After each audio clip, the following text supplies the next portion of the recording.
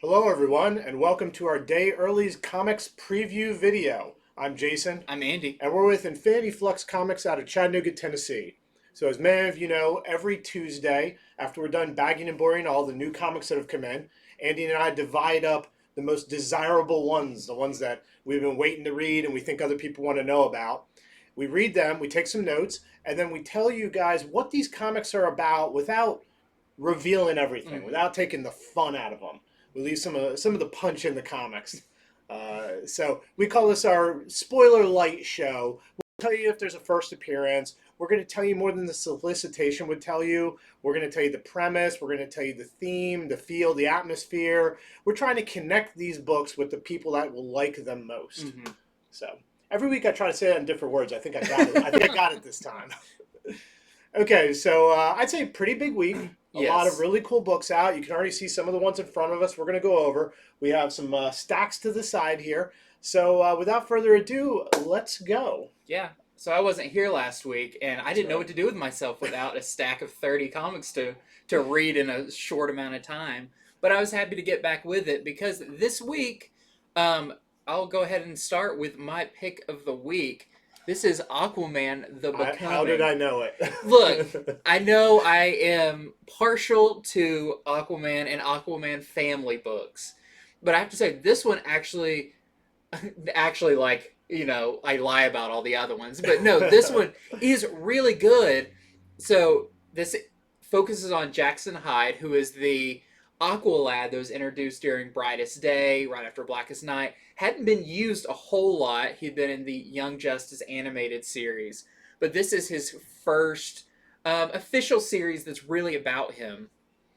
And the way this begins is really cool. So it seems like Aquaman is pretty heavily training Jackson to take over the mantle of Aquaman at some point. I feel like he's doing the most proactive thing of any superhero, where Getting them ready. getting him ready, where it's like, Batman has Robins and everything, but he still keeps secrets from it. It seems like Aquaman's really like putting him through the tests. So there is a really cool version in this of basically Aquaman's danger room. Hmm. If Aquaman had a place to go and train that is very similar to the X-Men's danger room, you'll see it. Is it fully underwater or just partly underwater? It's fully underwater. Okay. All right. Cool. If you're gonna be Aquaman, Yeah. Yeah. he expects you can handle yourself on land. It's over 70% of the Earth. Yeah, exactly. But what is cool? So he's training him, but Aquaman has to go on a mission. I will say the mission that he says is another book I really want to read. Aquaman has to go to Mars with Frankenstein for a reason, Hmm. and I'm like, okay, that needs to be its whole other book of Aquaman and Frankenstein teaming up. But he's basically leaving his domain, Amnesty Bay, and all of that to Aqualad and Mara. So, what one of the big reasons I really liked this issue was, um, it seems like everyone really likes Jackson Hyde. He goes up on the surface. He's high fiving people. He has a really good relationship with the surface people. And I don't know. In so many books. You read Batman. You read all of this, like the characters are hated and feared. It's really cool to see one where he really gets along with everybody. He has a really good relationship. He meets his mom for lunch. Hmm. But that also seems to be the reason why somebody doesn't like him. They don't like how comfortable he is, how ingrained in society he is. So there is a villain lurking in this, keeping an eye out on him. But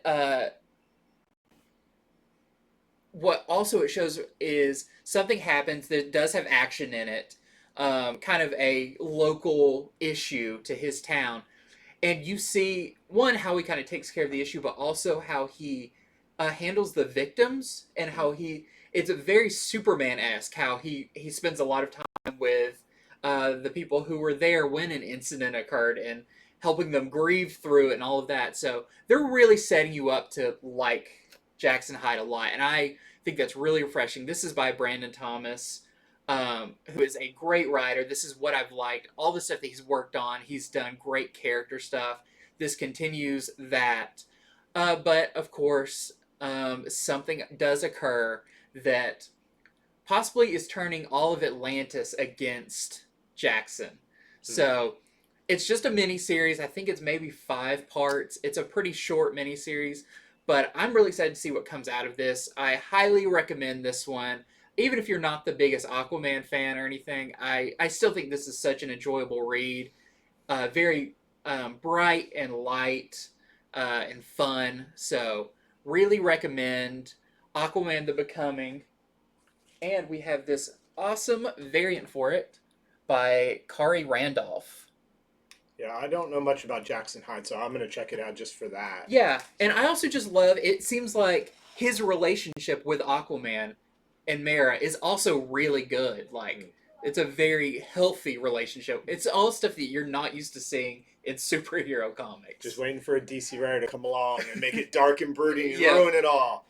Okay, so I had trouble picking my pick of the week this week. I honestly do not have one. I mean, even before the show, I was telling Andy, I can't pick, I can't pick. I have like 4 or 5 of these that I really like this week. So one of my favorites this week is Batman Secret Files Miracle Molly.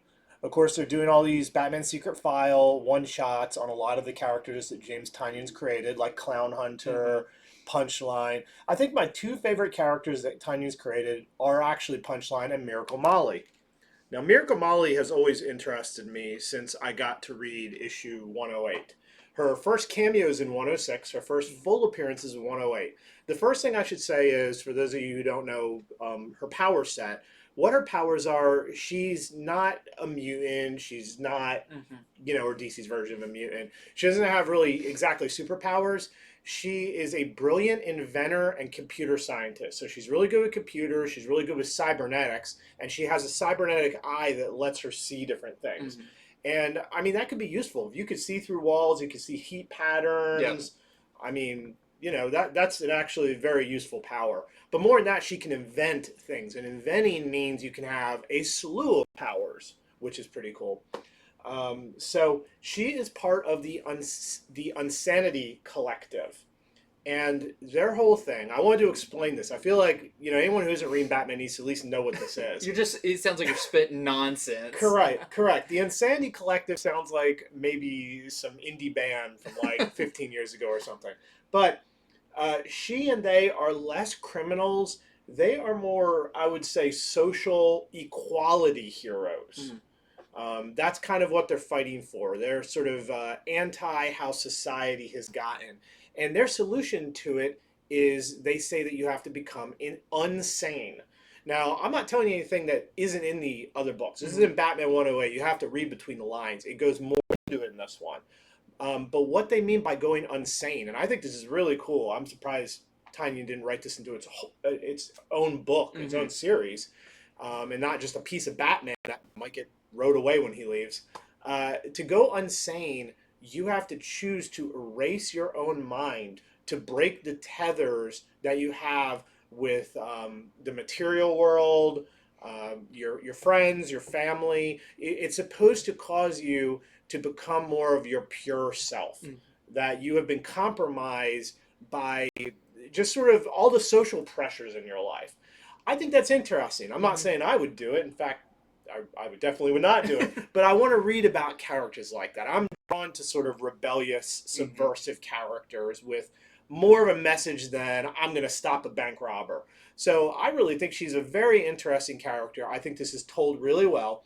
In this issue, we get snippets of her past. How? Because she runs into someone who knows her well. Well, guess what? She's erased her memory. She doesn't know herself anymore.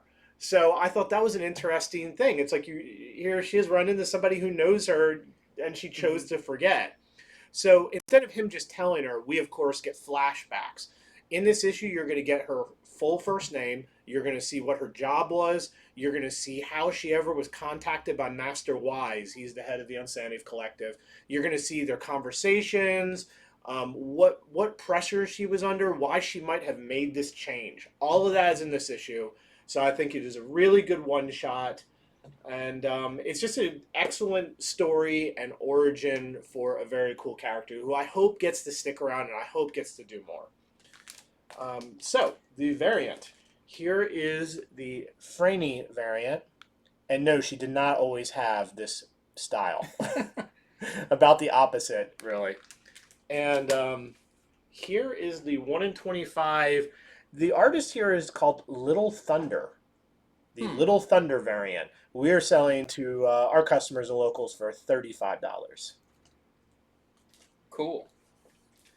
Well, my next one is one that won't go into too much detail on, but just wanted to catch you up because this is X-Men #3. I've really liked uh, Jerry Duggan's run on X-Men so far. That was some of my favorite ones during the Hickman run too. Was him writing Marauders.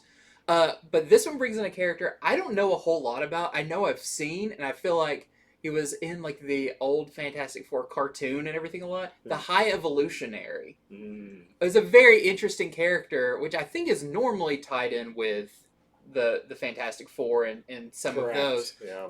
But of course, he likes to study kind of the evolution of species and kind of collect them. He's a very complex character, but he pays a visit to the X-Men because they're doing something that he's really interested in. Like they are taking that next step I see. forward Right. in With Araka or what is yeah, it called? Iraqi. yeah, now that they're on Mars and all of Mm, that, which I it does what I really like. I like when you have these characters and they're not so tied to their original property. So you have the characters like the X-Men who are doing this, and of course a character like him would be interested in it. right. So you have all these characters like you're messing with this, so just like how Sword and Guardians of the Galaxy would run into each other because they're in the same domain. It makes the universe feel a little more real, a Yeah, little more like there's less connected. barriers between the different series. Yeah. But anyways, so he comes and he has a pretty strained relationship with Rogue. He's not a good guy per se, and at one point he did have her imprisoned and kind of a slave and everything. So, Oops. so uh, it's pretty funny what Rogue does. He kind of makes his big entrance, and she's like, I don't care about this," and she lets him know. But he's very interested now in Sync, who is the X-Men who can like copy powers of other things, kind of like Rogue, similar, but he's kind of I think got to be in the proximity Right. and some of that. But he comes because he wants some samples of some X Men. It's a really good issue. I feel like it's through him coming, we're learning more about what this X-Men book is going to be about because they've been being attacked by just wave after wave of really crazy monsters and robots and all of that, and he might have an answer for it. So just wanted to say it's another great issue of X-Men, bringing in some characters you don't always expect to see, like High Evolutionary and his comrades in there, which are very funny too. All his super animals. So a great issue of X-Men #3, and we have this really nice Dodderman variant cover. Yeah, Jerry Duggan is a very good writer, and Hickman is of course an incredible writer. But after somebody writes so long on something, it's Mm-hmm. good to switch it up and get a Yeah, new voice in there. yeah. Art So is great, writing's great. If you'd fallen off X-Men for a little bit, I definitely say this is the X-Men run to jump back on with. okay, so I read the Death of Doctor Strange #1. We've had a lot of people really interested in this event. Now, this is not the A cover. This is the Peach Momoko cover because we were shorted all of our A covers. They will hopefully be here soon, Soon. next week, hopefully. But in the meantime, we have a lot of cool variants, and I still read it. In fact, I read this weeks ago. We got an advanced copy, and I'm going to tell you a little bit about it. So, when we say this is a spoiler light show, I think one good example is this is called The Death of Doctor Strange. Marvel has been promoting it as The Death of Doctor Strange. I don't consider it a spoiler to tell you that by the end of this issue, Doctor Strange dies in some way. What? Yeah, so Spoiler. sorry, let's just peel the band-aid off right away. But for most of this issue, Doctor Strange is alive. The first lot of it follows him around because it's all about watching his life as Sorcerer Supreme. Much of this is him ruminating as he runs into different people and deals with different situations on how, as the Sorcerer Supreme, he's just under a lot of pressure. And he's taking care of a lot of things. Yes, Marvel Universe has a lot of sorcerers, but there are many things he is holding in balance with his title and the things that only he can do. So of course they're going to build that up and get you scared before they stick in the knife. Yeah. So Doctor Strange kind of shows you all the things he does. I mean, this is a guy, he's under so much pressure that he goes and does heart surgery to let off some steam. He's a surgeon on the side to just relax. Yeah. Well, anyway, so, and in addition, he's also the headmaster of Strange Academy, which does make an appearance in this. I know there's a lot of Strange Academy fans out there, that would like to know that that's not been forgotten about. That's a deal in this as well. So this book is about a few things. And one of the main issues is not just who did it. And it definitely is a who did it. You don't get to see who did it. It's going to be a mystery. Mm-hmm. It wouldn't be as fun if you saw right away. But it's more what's going to happen to the Marvel Universe now that the Sorcerer Supreme is dead. Mm-hmm. That's the thrust of the book by the end of it. That's sort of the question it poses and that I'm interested in. It shows the moment it happens, all the people who instantly know it because it's such an important event should he die. So I'll also say I have read on some sites previously that have looked forward at upcoming covers of issue 2 and 3. Mm-hmm. And there has been proposed, oh, we know who did it because some cover kind of shows something. I will say, having seen that cover, having read this, I do not think it is true. I don't think it's been revealed at all. I think that people are taking it the wrong way. So the mystery continues. So if you think the mystery is already solved, it is not. It's not already solved. I can tell you that straight out. The last thing I'll say is there is definitely a surprise ending, more than just he dies. If the surprise was he dies, come on. I mean, it's all over the title. There is the return of someone from the Silver Age who might be integral in helping in this investigation, and it'd be hard to guess who that might be. So, all right, variants. We have, of course, I showed the Momoko one, which is great. Here is the Bustos Stormbreakers variant. Doctor Strange doing his strange yoga with all the eyes everywhere. And then we have, here is the Miles Morales 10th anniversary variant. I don't think this one will be quite as high as that Iron Man Miles variant, but still, this is very cool. And we have this 1 in 25 Hans variant that we're selling to our customers and locals for $25. And lastly, this 1 in 50 Hidden Gem variant that we're selling for $55 with Eternity in the background there. Eternity doesn't really make it into many things these days. I remember when I started comics in the early 90s, that was like, Eternity was like the tough, if you went all up the God chain, now who knows who's at the top. I think the killer is Magneto. Or maybe I've got my books mixed up. Oh, no. They put him on trial for it. I've seen it. He gets out of he's like, I didn't kill Scarlet Witch. I was busy killing Doctor Strange. That's my alibi, because I was too busy killing Doctor Strange. Man. So my next book is one that we've had a poster up in our store for a while, and very intriguing poster. A lot of people see it and ask us about everything. This is the new Image title, Frontiersman. Yeah, this poster really intrigued me as it's been hanging in the shop. I don't know, it has so many elements to it, the colors, the everything.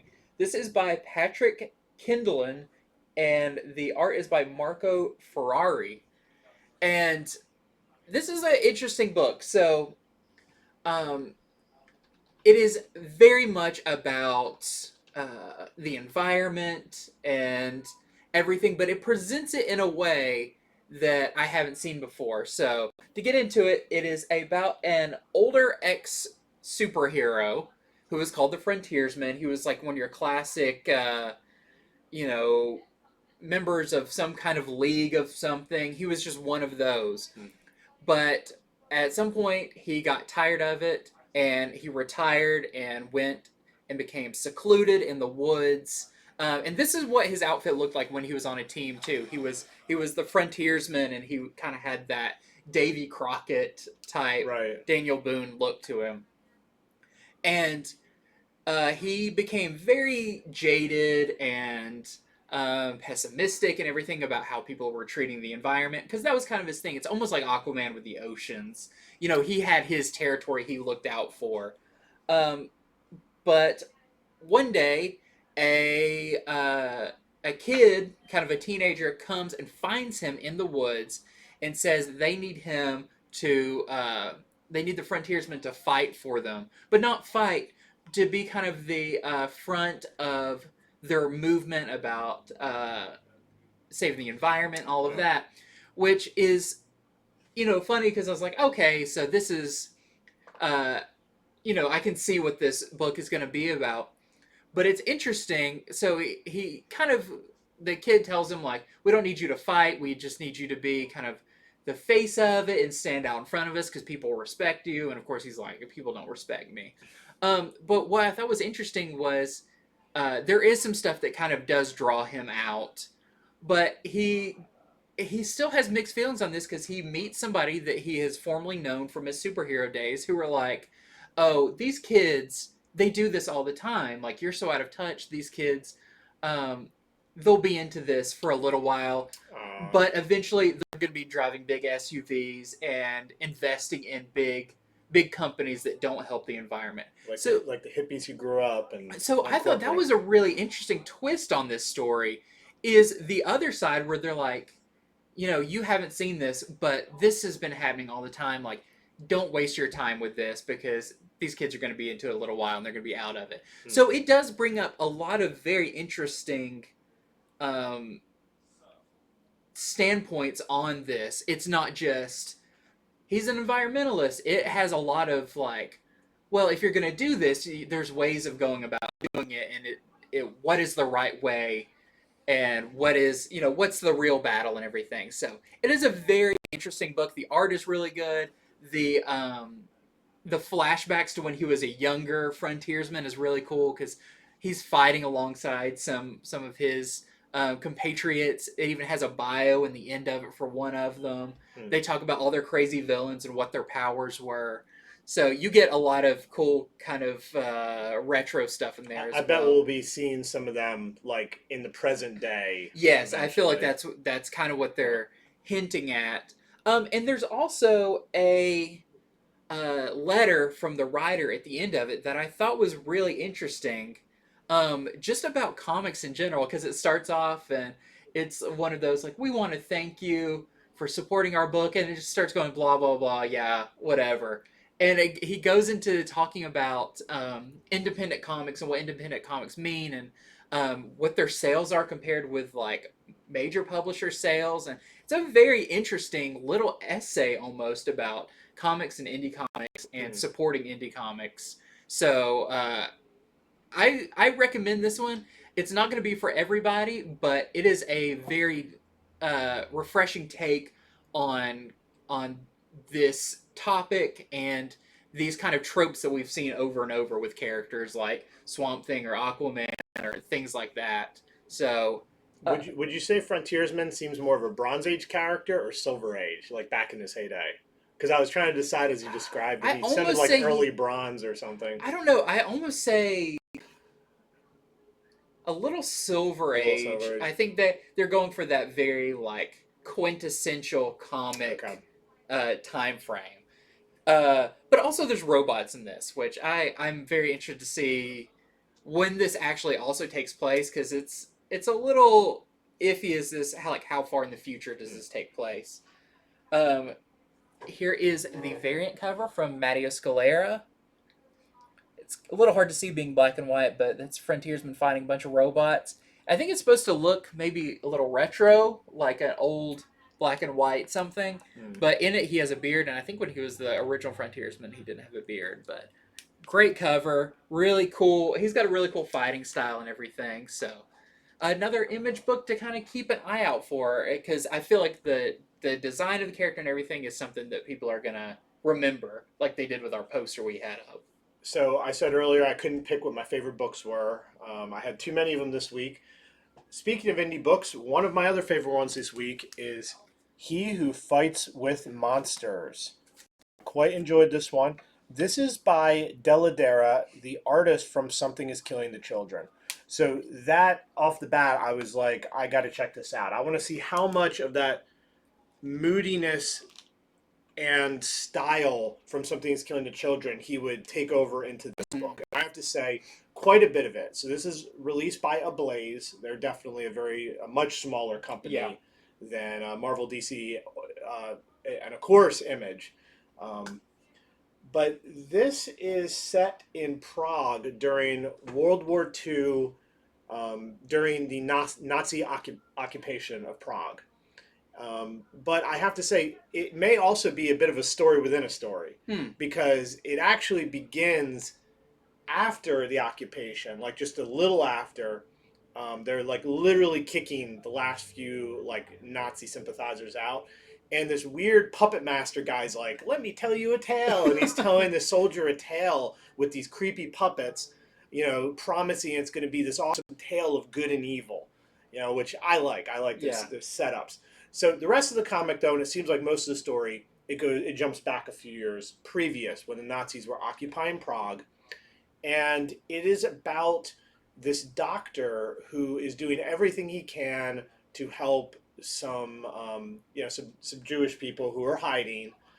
He's trying to help them in all kinds of ways, but of course, there's almost no way to. Like anytime they try to rebel, the rebellion doesn't go well, and the Nazis come down even harder on the populace. Well, someone gives him hints about sort of an old mythological creature. It doesn't all get revealed, but what I can say is, because one of the covers I'm going to show you shows it, it shows a creature that looks to me like a golem. So when you bring up, sort of Jewish mythology, there is that old story. This has a lot of feel to me of early Hellboy. It is that historical, mythological, but like lesser known mythology horror that Mignola was so good at doing. The story is told very clearly. The dialogues are really good. It's not one where it's like, what's going on? Or it's just going all over the place. So the art's fantastic. Deladera brings that. If you like Something's Killing the Children art, pick it up for that alone. But the writer, who I'm not as familiar with, is doing a really good job. It seems like they've done their research. They have a real story to tell here. As far as the puppet saying good and evil, this is a story that you can hear in the title. It is about fighting evil and how far will you go before the line starts to blur on what you're doing. Will you dabble in the dark arts and magic and bring some evil creature out to fight the Nazis? Is that good? That's like the setup to Hellboy. I mean, That's with cool. Hellboy, the Nazis were trying to do it. Yeah. So I think it's got a really strong first issue. I will say it ends abruptly. I was reading, I'm like really hooked, and it was just like, oh, okay, it's over. But I just think with comics these days, it's so hard to fit in everything you need. There was enough there. I'm hooked for the second issue. It was just a well-told, just artful story. Good example of an indie comic. So I got some variants to show here. The first is, this is an homage to Fantastic Four issue 262. This was Reed Richards on the Fantastic Four one. So that is the homage cover. And instead we have our Doctor here. I wonder why they've chose, because I think for the rest of them too, they're Fantastic Four covers. I wonder why that's the one they've chosen to homage so much. I don't know. I didn't even realize that. I hadn't seen the upcoming cover, so maybe we'll figure that out as we go. This is the Quintana variant. You have all your grays and dark colors, make it feel old and dusty, and from times long ago. This is the Jay Lee variant. I like this one a lot. A lot of Gothic sort of reverence. Prague has all those Gothic statues everywhere, which we were lucky did not get blown up too bad in World War II. There is a blank variant. Get your favorite artist, or if you want to seek out Deladera himself to do whatever you want on there. There's some incentive variants too. This is a $15 1 in 10. This is the Virgin Deladera variant. Then we have a 1 in 20 that we're selling for 25. This is a glow in the dark one. Ooh. So all the areas where it's kind of white on him, you can tell, like if you had this in your hand, you could tell it's like raised up. You could feel it with your finger. Then for $25, we have the 1 in 25. This is the reveal cover. This character is not in it, and that's why this is definitely sort of an early first cover appearance of what I think is going to be some of what the Doctor has to deal with, and what might make him feel a little guilty. Who knows what this bruiser's going to do. Very Ben Grimm. And lastly, we have the 1 in 30 J. Lee Virgin variant that we are selling to our customers for, what was it? For $40. So real cool beginning to it. Not a lot of historical comics going on like that. Yeah, I always love those. Okay, so my next one may seem a little familiar. This is Suicide Squad King Shark. And I have to say, about the first half of this book was the free comic book day. Suicide Squad King Shark. I mean, a good chunk of it. Now, the second chunk is very good. So you'll, even if you read the other one, you'll want to read this one.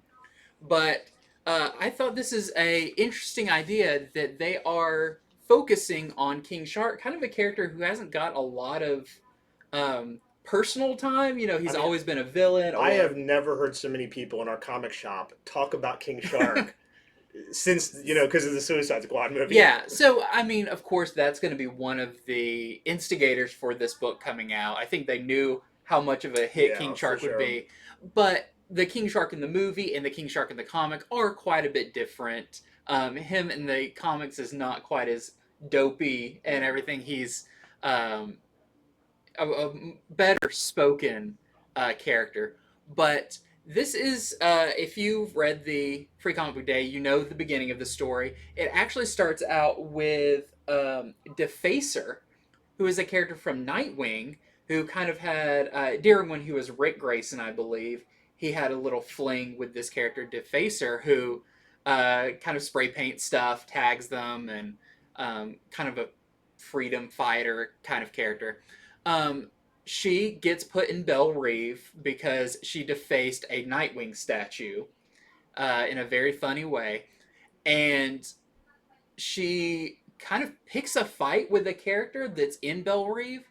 And King Shark comes to her rescue and does what King Shark does in a very brutal way, protects her.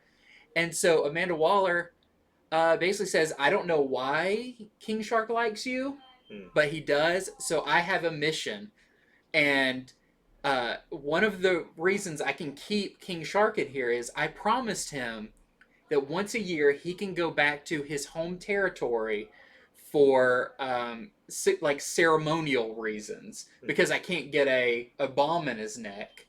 That wouldn't work, so we kind of have this agreement, and I need you to go with him.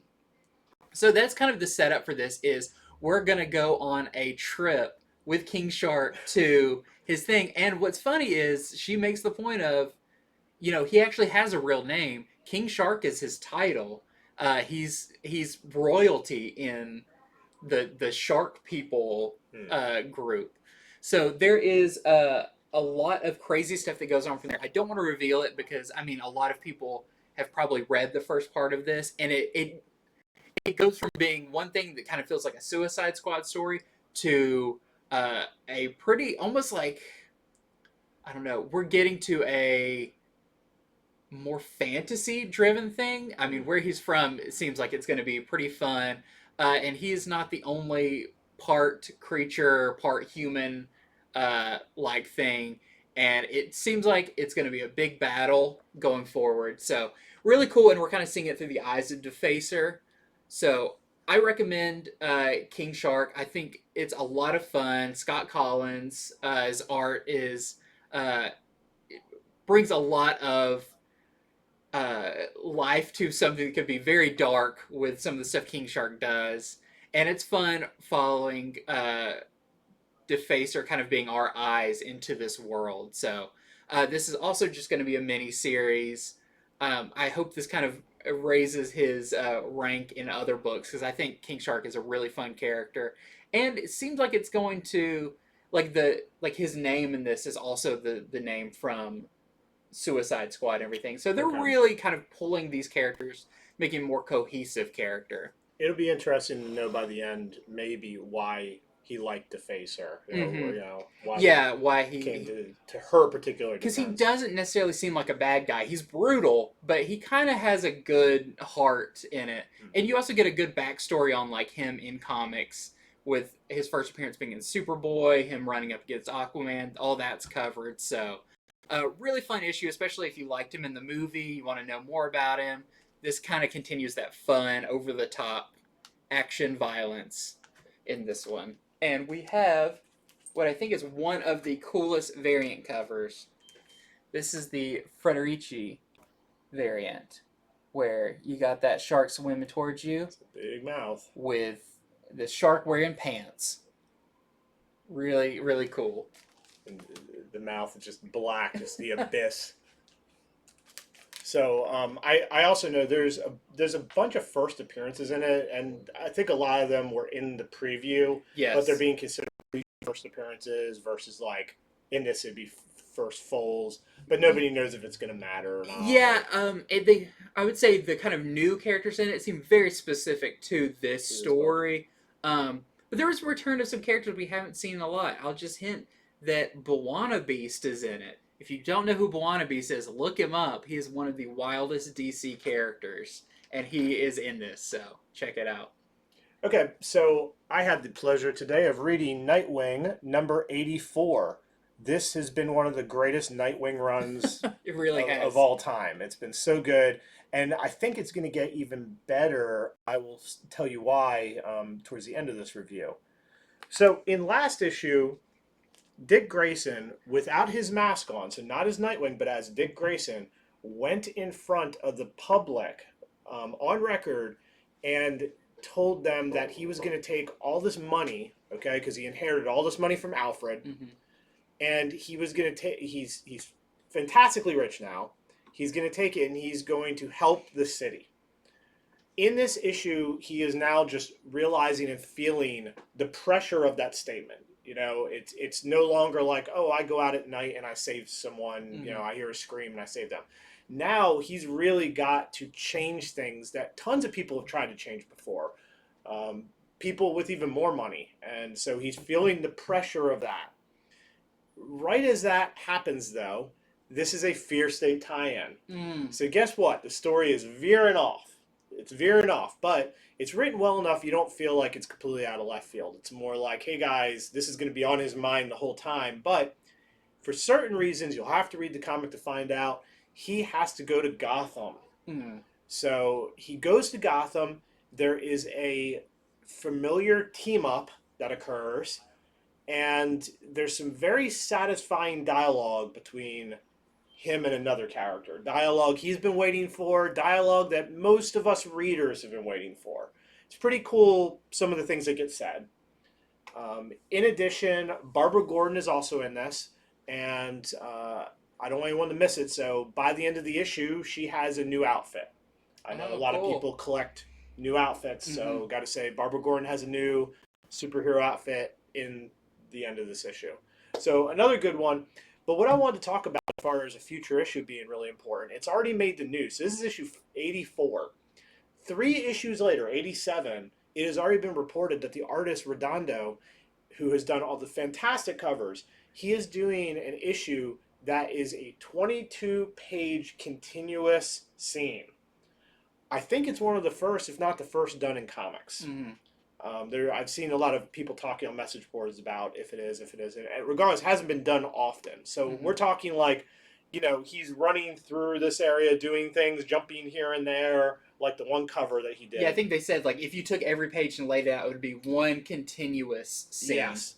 I think that's incredible. I feel like he is perfect to pull that off. I feel like he's almost been showing off, being like, hey, come on, Tom Taylor, write it, because I can do it. I can do it. So with his art and the covers he's done, and then Tom Taylor's writing. I think this issue is going to be great. I mean, that they're reporting on it 3 issues from now, Yeah. and this one just dropped. I think that's going to be a big one. So this is issue 84. I just was talking about issue 87 as far as that continuous scene. You might want to sign up, ask your store for it in advance.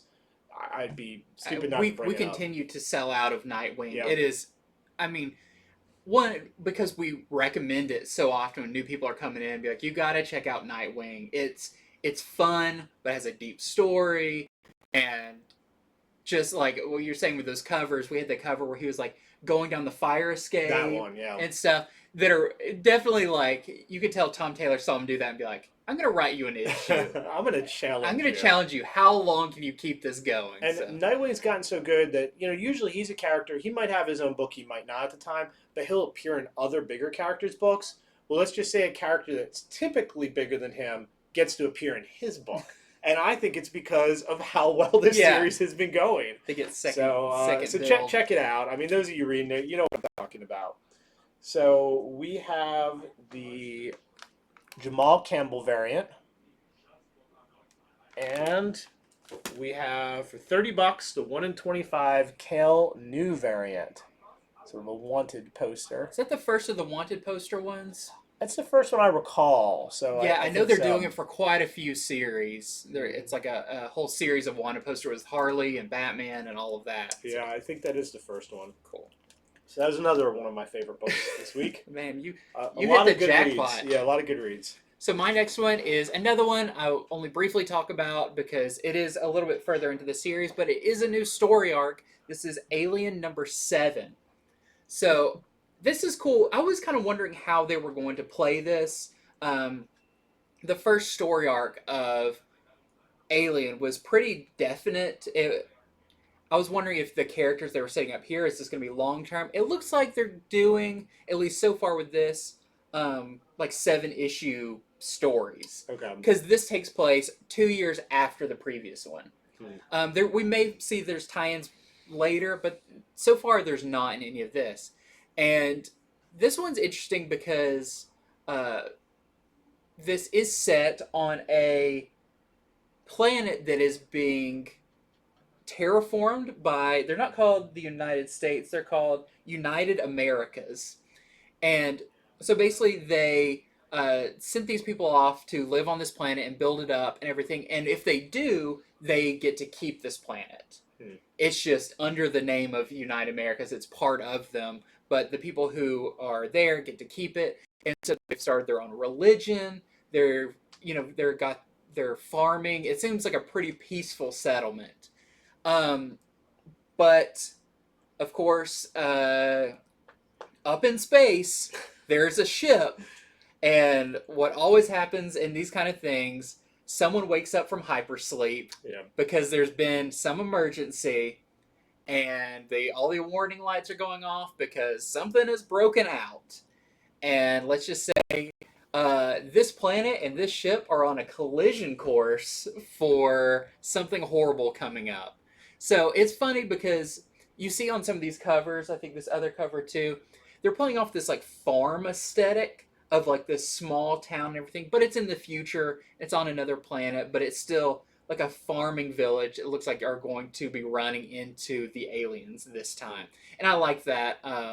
It's kind of everything Predator does more often, because he tends to come more in the modern day, right? And aliens are in the future. So a really fun issue. I'm interested to see, is this completely like standalone from the first story arc? I'm fine if it is, because I think it's fun being almost like another movie or another take on how the aliens attack a settlement. So this is issue 7, but still a really good jumping on point.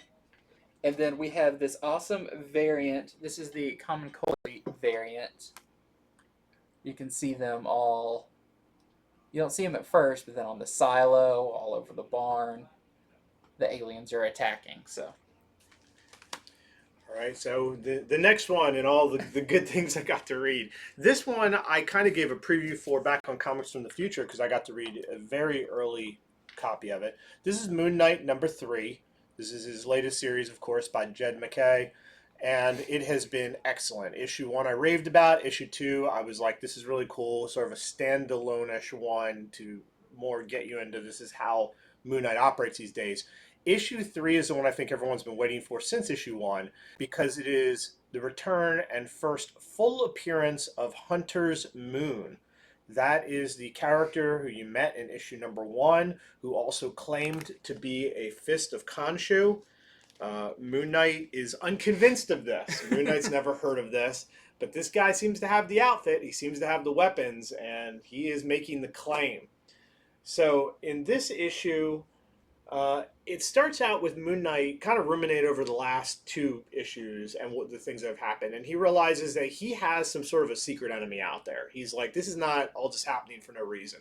Somebody is doing this to get to me. But the funny thing is Moon Knight, because he has all his mental problems, he doesn't even know if he could trust himself. Yeah. He partly worries maybe it's like another part of him that's doing it even. Which is pretty cool. You know, it's like that's sort of something you might reveal later in the story rather than early, but early just shows how the character is just that messed up, and that's Moon Knight for you. Yeah. So in this, Moon Knight's assistant Reese, who has been revealed several issues, I mean, since issue 1, as a vampire. Mm-hmm. Moon Knight, I don't think quite knew it originally, but you get more on how they met in this one. Anyway, Reese tells Moon Knight that somebody has been attacking some of the people under Moon Knight's protection someone has using Moon Knight style weapons. So Moon Knight, of course, is like, oh, it's probably that jerk from issue number 1. So guess what? This issue, it is a fight between the two. They have a meeting. They have a huge fight. I mean, about half the issue is this brutal, awesome battle as they talk in between trading blows. And I mean, I kind of sound like what I said when I read it the first time, but what I like is the battle has a definitive ending. It has a definitive winner. You know, it's not like, oh, it gets interrupted. Well, next time, or there is a clear winner to this battle. It doesn't mean it's over. It doesn't mean that character's gone, not by a long shot. It doesn't mean Moon Knight's gone by a long shot. That would be a weird twist. But I do think that the writer's good enough to know, let's give a satisfying battle with something really happening. So the battle itself is awesome. The question that remains is this Hunter's Moon who he says he is?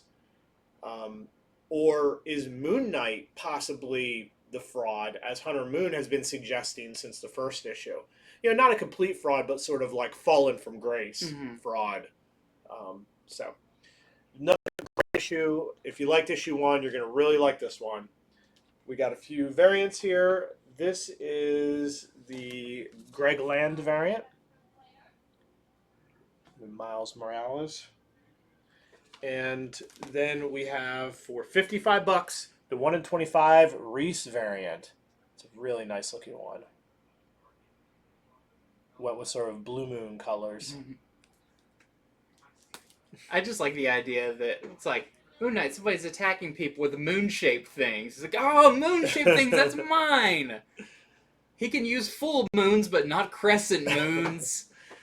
Okay, so my next one is one that just briefly talk about as well, but it is Catwoman number 35, because this is a Fear State tie-in, just like Nightwing. It's cool that I feel like we've been talking about Fear State for so long now. We're actually getting into it. We definitely are getting into it. And this one is interesting because I'm guessing it's like Nightwing, where there is your main story. It's the story that's been going on with Catwoman so far. It's dealing with her sister that she met and is leaving and everything. But someone gives Catwoman the news that Batman is dead. Well, I'll just say, someone who very much looks like Oracle gives Catwoman the news that Batman is dead. And I like her response to it, because the response is like, a lot of people has claimed that Batman is dead, but she's still pretty startled by it just because all the stuff with Fear State going on. So in this, she is going to go find Batman to make sure that he is not dead, and having to deal with all the stuff with the magistrate, all the things that are now taking over Gotham, and it's pretty cool to see. So I'll say it's not. Um, what I do like about Fear State, what I've read so far, read it. It's not like part one's in Batman, the part two's in Catwoman and everything, but they reflect what's going on in a very natural way. It doesn't feel like this was shoehorned in. It feels like Catwoman's doing her thing, and then what would happen if all the Fear State stuff popped up and she had to deal with that. But it feels like the writers are all having a good time with it. So a really fun issue. If you're getting all the Fear State stuff, I think it is understandable. There'll be a few story points that'll be like, I don't really know what they're talking about. That was from a previous issue. But it is fun to see how it does reflect Fear State and the stuff with the anti-Oracle and all of that. Yeah. I think that's a really fun thing, considering that's usually a very trusted voice, and even Catwoman knows that that's a voice she can trust. So, really interesting issue of Catwoman, and another stellar Jenny Frison variant. It's very nice. Does this say how many issues of Catwoman is going to be Fear State? I asked because I meant to mention Nightwing. It is part 1 of 3 of his part in Fear State. Really? So that was 84 I showed. So 85 and 86 are going to be Fear State. Then that issue 87, the one we talked about with the spread, is back to just him. Okay. No, I don't think it says. It doesn't give a definitive number. Okay. I'll also say, you see in the cover that Catwoman and Poison Ivy. Poison Ivy is talked about, and I think it's interesting because her character has changed dramatically from her earlier stuff. They don't meet up in this one. I think the cover is a little deceiving, but the stuff that is talked about with Poison Ivy is very interesting. I think at least one more issue is going to be Fear State related. But it seems like she kind of has this singular mission about finding out about Batman. So, okay, so the next one that I read is Batman number 113. Speaking of Fear State, so this is the book when it comes to Fear State. This also begins with more on the Anti-Oracle. So the Anti-Oracle isn't just talking to the heroes. The Anti-Oracle is talking to the people of Gotham, spreading some of the lies and rumors that Andy just said, and pretty much telling the people also you can't trust a magistrate. So that's one of the mysteries of this Anti-Oracle, is who is the Anti-Oracle working for. I think logically speaking it sounds like Scarecrow, but they have not shown anything to prove that at all. I mean, they've not shown the two talk, be near each other. We don't even actually know who the Anti-Oracle is. I guess it could be Scarecrow maybe. Yeah. But the Anti-Oracle is telling the people of Gotham, hey, the magistrate's here, but they can't protect you. Batman's dead. Take up arms. I mean, really stirring up trouble, really trying to provoke the magistrate to just have everything come to a boil. So that's sort of where the issue begins. Batman, meanwhile, he goes to an old ally where he kind of lays all his cards down, which he rarely does. Not all his cards. He never lays all never all of them. But he kind of tells the truth of what's going on to someone. He's like, hey, here's what's going on. Scarecrow, this, that, this. In the hopes of that this person might be able to persuade maybe at least the Gotham police to help. So you'll have to read to see, who that is, what's said, and how that all goes. One part of the book I enjoyed, though, is so Ghostmaker's in the book a good bit, and Ghostmaker tells Batman what he thinks of Gotham, having lived there for a while now. He's like, I always heard this about Gotham, but now that I've lived here for a while, how do you think you would feel if you lived in Gotham? Especially think when Ghostmaker moved there. That was right around Joker War time. Yeah. He has some pretty interesting observations to make about Gotham. But Batman's still worried about what Scarecrow did to his head. Batman thinks Scarecrow is still in there or planted something in his memory, in his brain. So they use some Ghostmaker Batman tech to actually go in Batman's mind You'll have to read how this tech is. It's not completely poof out of nowhere. Like Psychonauts. They throw a little door and they hop inside the head. Yeah, it's not that simple. But some of this issue is spent in Batman's mind and memories, which is really cool. That really lets the writing and art go wherever it wants. Yeah. But then it takes another twist where you some of Ghostmaker's past. And what's cool about this is you get to see Ghostmaker as a young man without the mask, and he has a story to tell about him and Jonathan Crane before he was Oh, Scarecrow. weird.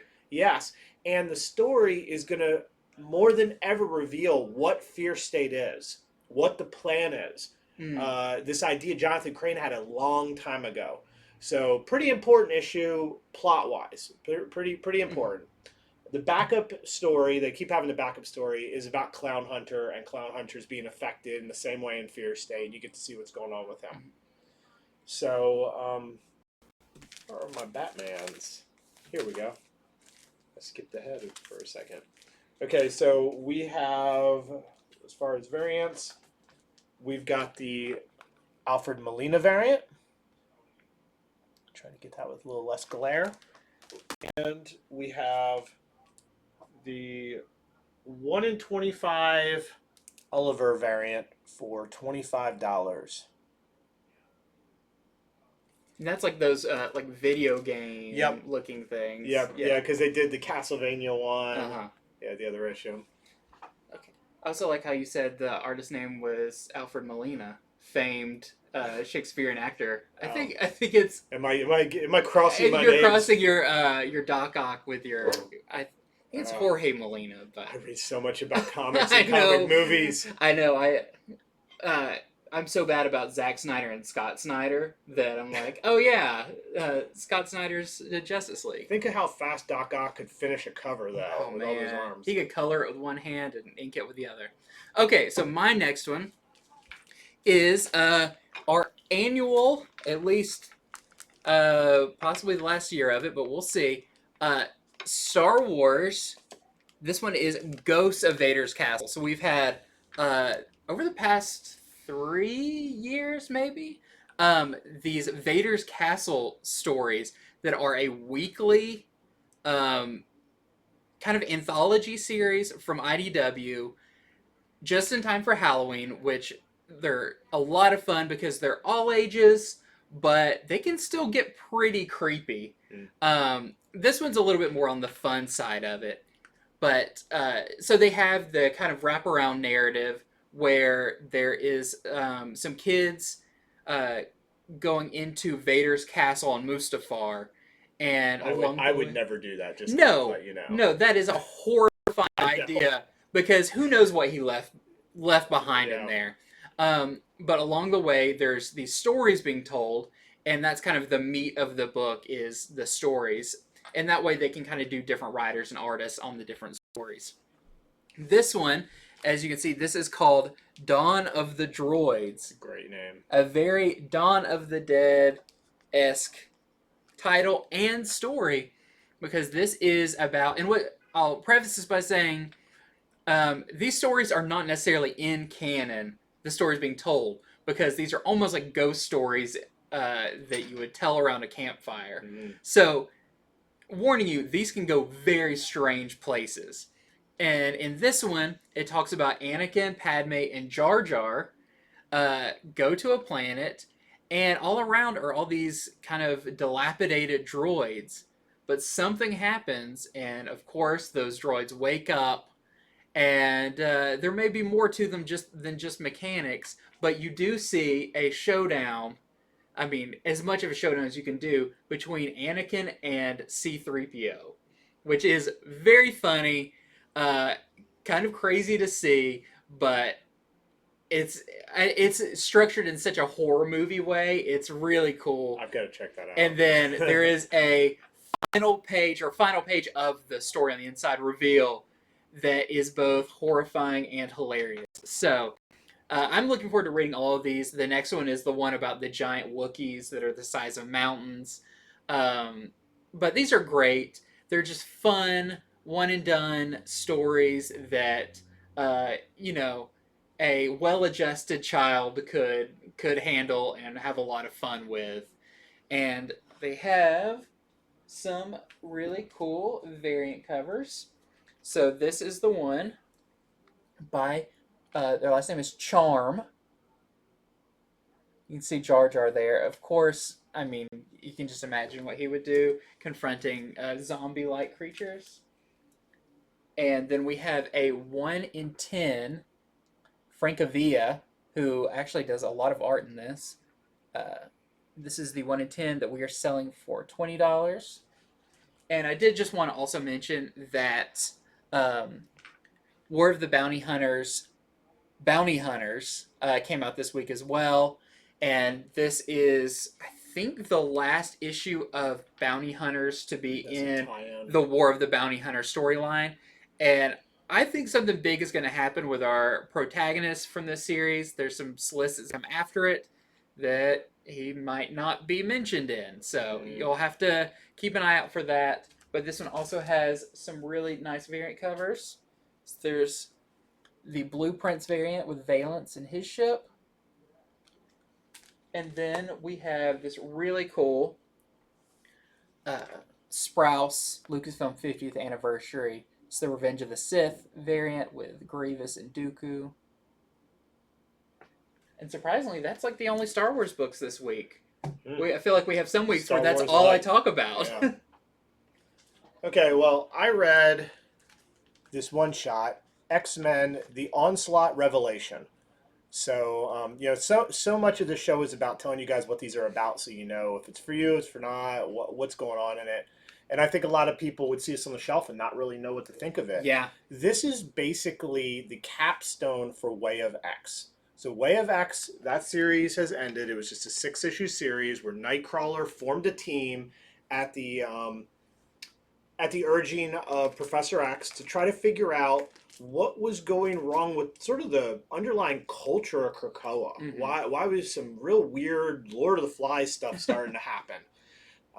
Well, through Way of X, what Nightcrawler, Legion, and the rest of his team discover is that Onslaught has been behind the scenes. Of course, Onslaught is a super powerful Omega level villain that has not been seen in a long time. And he's been planting all of this bad stuff in the mutants' heads. This issue reveals how he's been doing it. It also reveals what the problem is, and I will say what it relates to. And I'm glad this got addressed. It relates to the fact that since Krakoa began, the X-Men have not had a fear of death because they have a way where Cerebro has been taking sort of photographs of people every so often, like their personalities, their memories, and they can regrow the people using those 5 mutants and then put the memories back in. So through that, they've brought back all these mutants who have been long dead, people who've died in the books, they've brought back. Well, that's too good. It's too good. There has to be a problem. There has to be an exploit, and that is what a lot of this is on. That is not necessarily all good, that there can be something really bad that comes of it. So if you want to see what that was, how that's been working, even if you haven't been reading Way of X, I think you'll get it. This literally opens up with them just sort of saying, hey, we discovered Onslaught, here's what he's been doing. And then a lot of talking and battling with him over that, and a lot of revelations as to how he's been doing it. The last thing I'll say on this book is it ends with the possible promise of a new X team being forged for a particular purpose. Because one thing with Way of X is, I think a lot of people were thinking early on, Nightcrawler is going to come up with his own sort of mutant religion. Mm-hmm. They already have their own nation, now they have their own planet. Why not a religion? That's not exactly how it goes, but there is a new purpose for a new team that he might lead. And I mean, I couldn't tell. I read the end and I was like, sounds to me like there's a new X book coming. Yeah. So to understand that, you'll have to read the I believe the writer even said, like, Way of X is ending, but I'm not done with the story of these characters. Yeah, that's how it seemed like to me as well. So, and I don't know if there's a variant to it. We don't have it. Either we sold out or there just wasn't a variant to it. Maybe just an incentive. So, well, my next one is, I mean, if I had kind of a second pick of the week, I really enjoyed Eat the Rich #2. I really like #1. Um, I feel like we say it on the show, and it's hard to define. It's a very readable book. It flows really well, and so the first one, spoiler that there's this girl who is with her boyfriend. They're going to meet his family. His family and him come from a lot of wealth, and she kind of is just grew up middle of the road, everything. So she's very nervous about meeting him. It turns out this family is uh, very, very weird, and come to find out that, I mean, not possibly, they're cannibals. Um, but the way they do it, and they got the ceremony around it and everything, is very weird. This picks up where I it's funny, you read so many superhero comics and everything where people are very used to just crazy stuff going on. I like reading a book where someone experiences something as horrifying as that, and the book begins and they're just messed up. They're like screaming, I gotta get out of here, everything. Like a real reaction that you would imagine most people would have to this.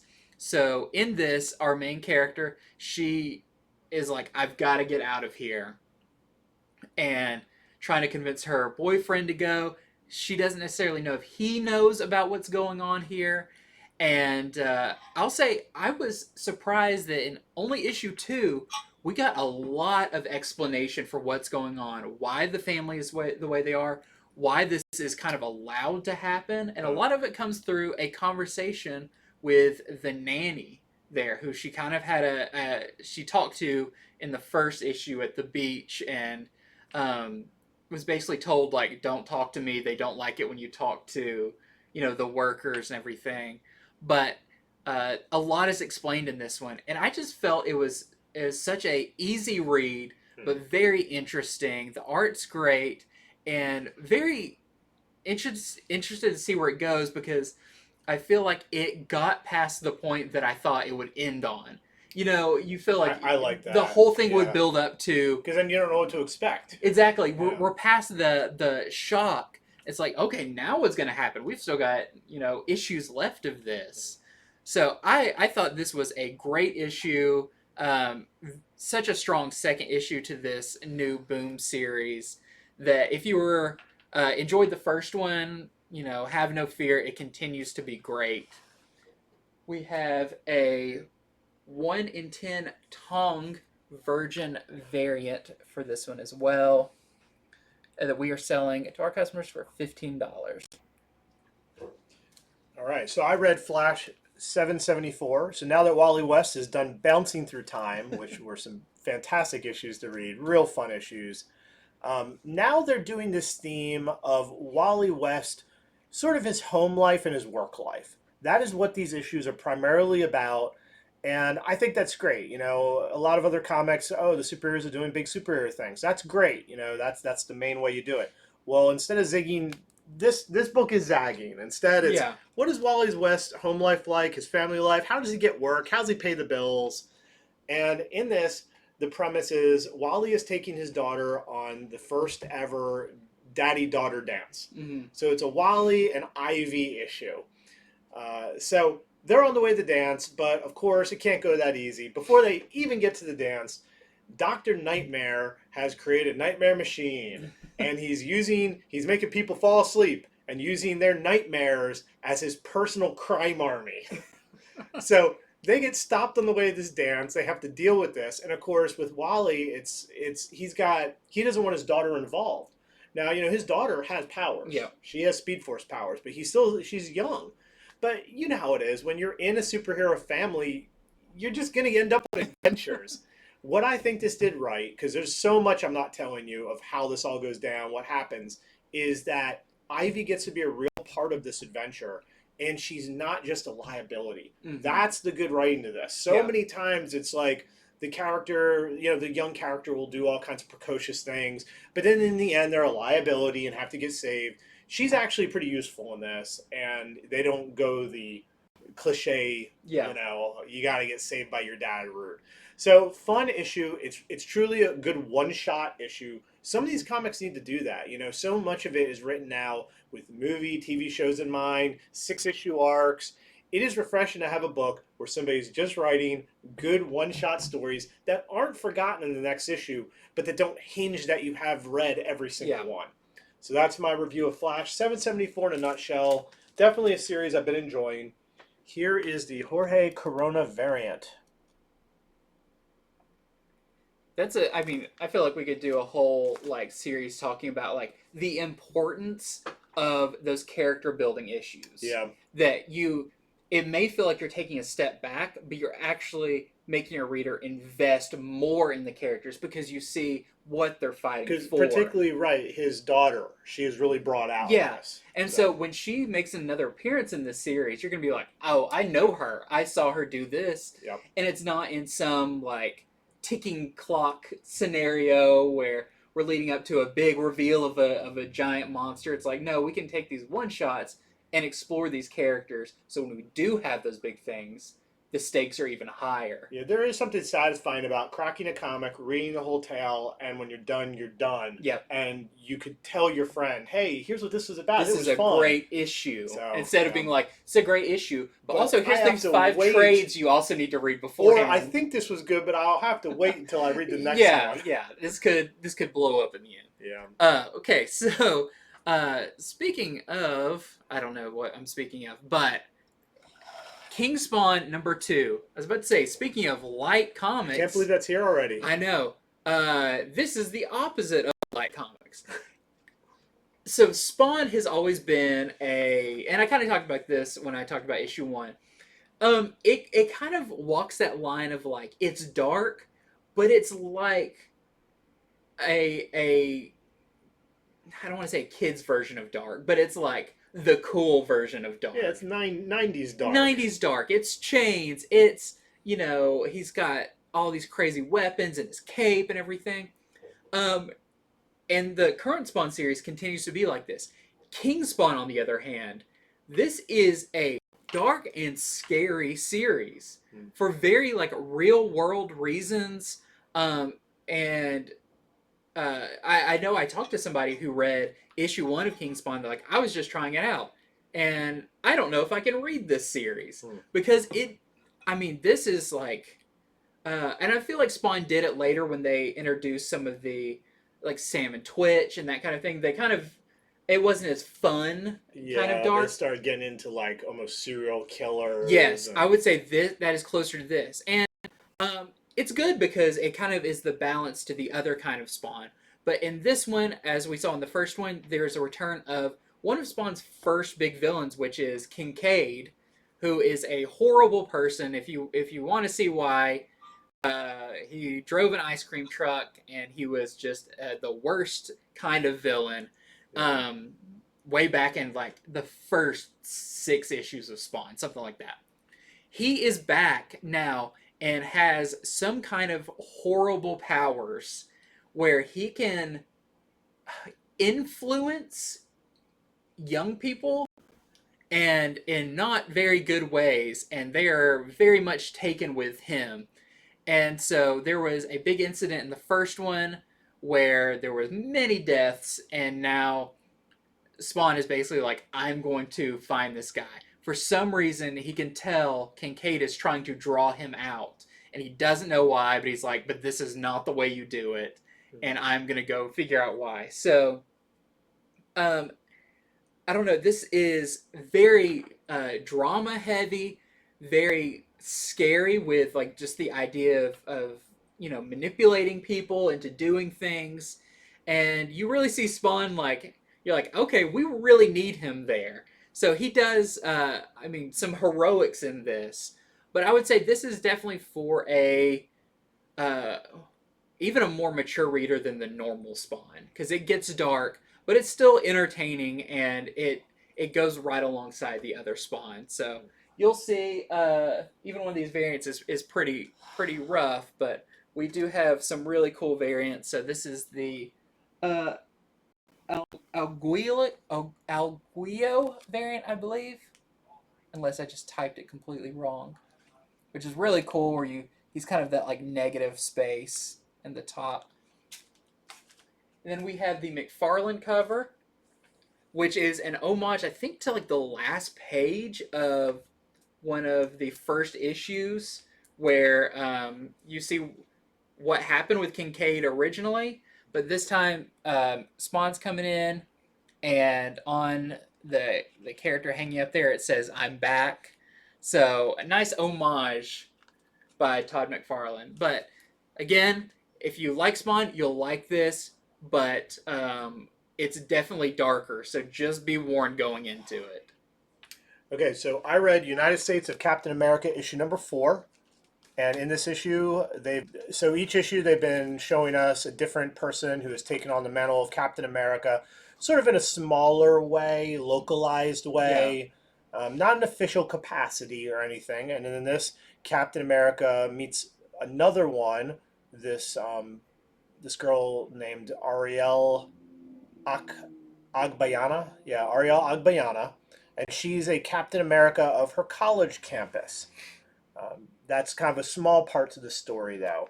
The larger part of the story is that, well, first off, to say, in some of the beginning of these, Cap has sort of waxed philosophical on some heavy things. And again, he does it. Again, I think the writing is good. It's careful, though, because he's talking to Falcon about how it's grown more and more difficult to have the mantle of Captain America. And the examples he gives is that more than ever, we are aware that not everything in history has been, good. Mm-hmm. That some of our ancestors have been colonizers in a way that was pretty brutal, and some of our ancestors have been slavers, and of course, that's never any good. But Cap, he's interested in that, but he's interested in reconciling it with, but how do we still feel good about who we are now? Mm-hmm. How can you still be proud? Not that you can't. He's interested in, how can we have both of those? Mm-hmm. Because they're both true. He is proud of who he is. He is proud of our nation, Mm-hmm. but he doesn't want that stuff lost or forgotten either. And the beginning of it carefully handles that. It's not preachy. It brings it up in a way that I thought was some very good writing. But then, of course, we have the main thrust of the plot, which is, of course, there's these enemies to Captain America. One of which I should have said, this is not the new Captain America on the cover there. Really cool character design. This is one of the villains, and so Captain America, Falcon, and Winter Soldier have banded up to go up against these villains who are trying to cause just sort of chaos and people hating Captain America. One of them is looking like him, doing a bunch of evil stuff. Mm-hmm. It's that plan. You've heard it in other things. And they pull in another person from the Captain America mythos. In fact, there are so many Captain Americas and former Captain Americas and Captain America allies. At one point during this really cool action scene, somebody has to make note of it. They're just like, I'm getting confused of who's who with this, because there's imposters, there's real ones, there's past ones. In fact, I don't know if they've ever had so many Cap characters all together in one issue, other than maybe like a cover or something. Yeah. So it's really cool to see that, and all their personalities come out, because the one they're bringing in, that I won't say, is a troubled character and does not get along very well with Steve or the rest of them, but it's still a very important character. So I'm glad they brought this one in. Mm-hmm. So past that, they fight with the villains. Stuff happens. They get some answers. It's not the end. I think this is the penultimate issue. So they get some answers, but the ending is like sort of going to be next issue. You can tell.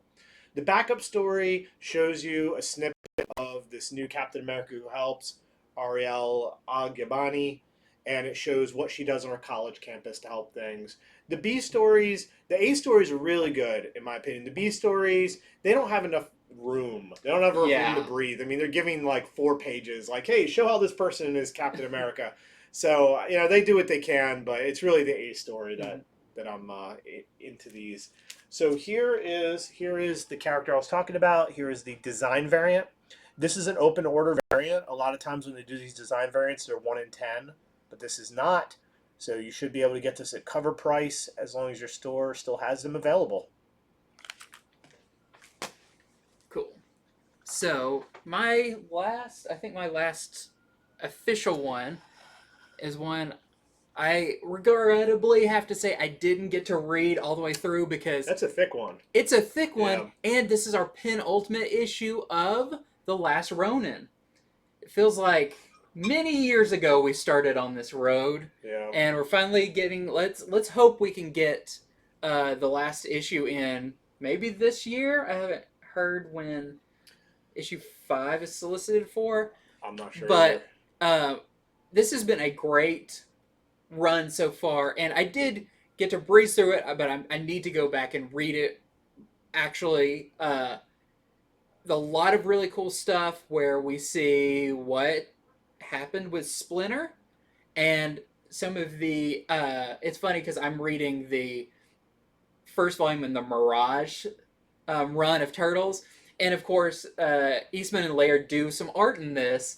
And it's just such a flashback to that to that original, and it's so good. Like, I don't know, no one does the Turtles like they do, and so there is some really great scenes in this that I had to, even though I was skimming through it, I had to slow down and just take in just such classic stuff. So this is, like I said, the issue before the last of the 5-issue run, and we also got this really cool 1 in 10 Watcher variant.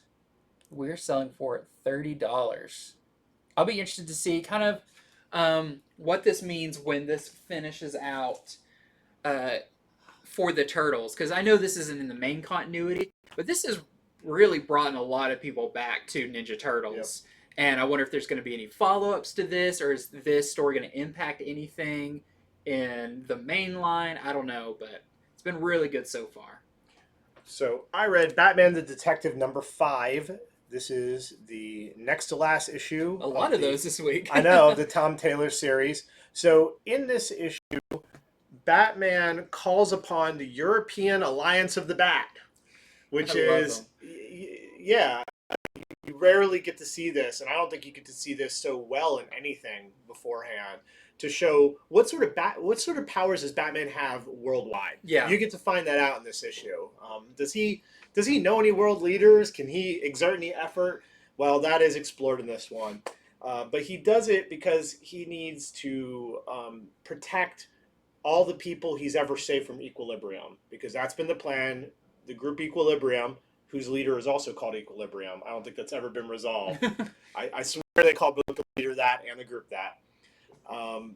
Have been killing everyone that Batman ever saved. Mm-hmm. That's been the premise of this since issue 1. It's been pretty brutal. And so Batman calls upon the European Alliance of the Bat to help. Also in this issue, he discovers where Equilibrium finally is. He storms the base with Squire, so that's very cool. You get to find out who the leader of Equilibrium is, finally. You get to find out also why she hates Batman so much, why she's doing this plan to kill anyone he's ever saved. It is just a cool, twisted little story. All that's in there. Yeah, need I say more? So we just have this one Kubert variant to it. This has been a pretty cool series. Cool. I like the idea of, like, of course Gotham and stuff knows a lot about Batman, but it's like, you know, overseas. Yeah. Like, do they believe Batman's even real or whatever? Mm-hmm. I think that's pretty cool. So my last things are some reprints, some really surprising ones, because I don't know if I've ever seen one take this long to come out. This is Red Room number 1, second printing. Wow. So I mean, we ran out.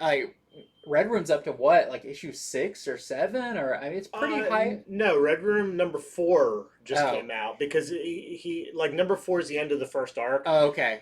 So he's starting a second arc called Red Room Trigger Warning, which is going to be another 4-issue arc. It's okay. Consider it season 2 of Red Room. It's been so influential that I felt like I've been reading it for my whole life. I mean, that's still a while. You're 4 issues Yeah. in and a #1 second print. I mean, Yeah. there's that demand though. There is a big demand for this. So this is, I believe the only difference, I think it's just the black and white cover. Yeah. But if you are collecting Red Room and you want to get all the issues, I know we have a few people who get all the variants, everything. They'll definitely be wanting this. They drained all of the blood out of that cover. All the red is gone. Ooh, there's a puddle somewhere. And then the other thing that we got in, this is Miles Morales Spider-Man #29 second printing. But I believe this is the first cover appearance of the new suit for Miles. So, I mean, after we read this issue originally, we're like, okay, we know what this is going to look like because, I mean, really awesome suit. So, a lot of people who get, like you said earlier, first appearances of costumes, first cover appearance of things, this is going to be a really big one for you. Yep, and again, it's second print, so it's just open order, so you should be able to get it at cover price, provided your store doesn't run out. Yes. So, all right, well, that's it. A pretty big week.